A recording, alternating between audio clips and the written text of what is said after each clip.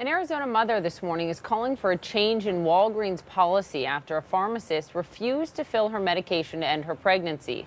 She says her doctor prescribed the medication after telling her that her baby's development had stopped at 10 weeks and that the pregnancy would end in a miscarriage.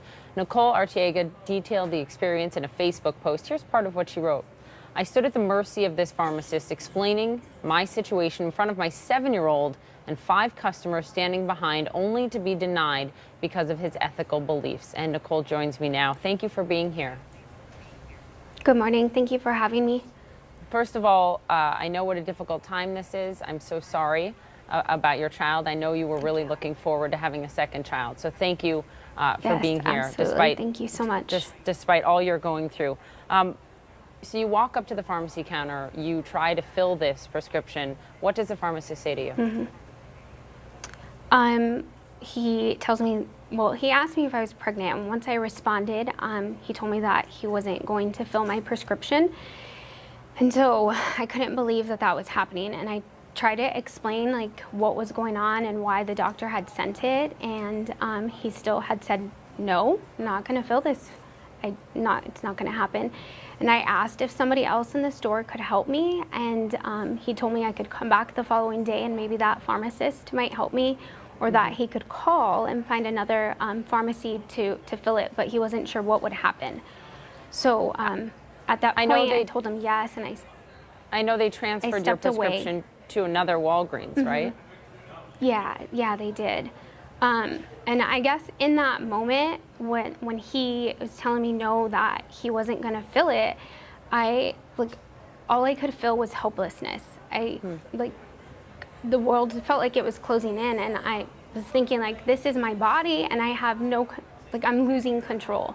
You know, I couldn't control the fact that my body wasn't going to support this pregnancy, and I wanted this baby, and I couldn't control what my body was doing.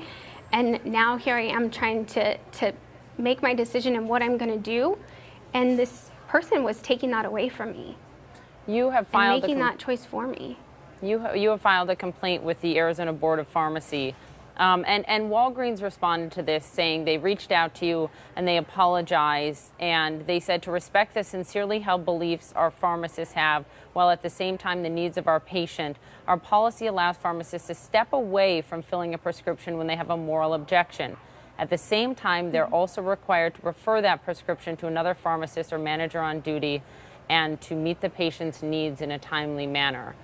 They say they're investigating this, but it's legal. Yes, that's what happened. So I'm interested in, what do you want to change?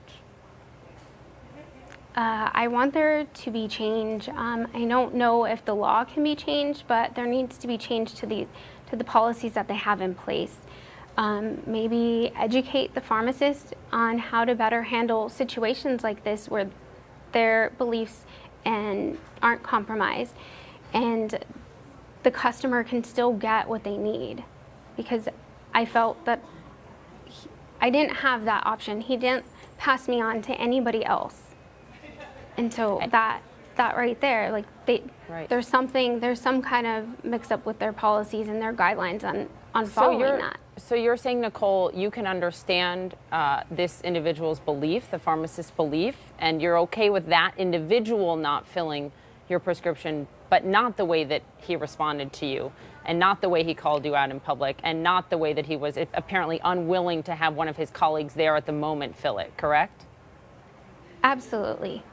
You know, I have my own beliefs. I'm not trying to force anybody to believe what I believe. And yes, he could have just easily passed me on, called the store manager. Unfortunately, in the moment, I wasn't thinking. I didn't have a clear mind to ask, to say, and I felt completely shut down.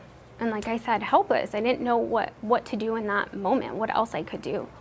Nicole, thank you for being with us. I didn't even, know this could happen, of course, until we read about this. So thank you, and let us know what does potentially change on this. Thanks for being with us.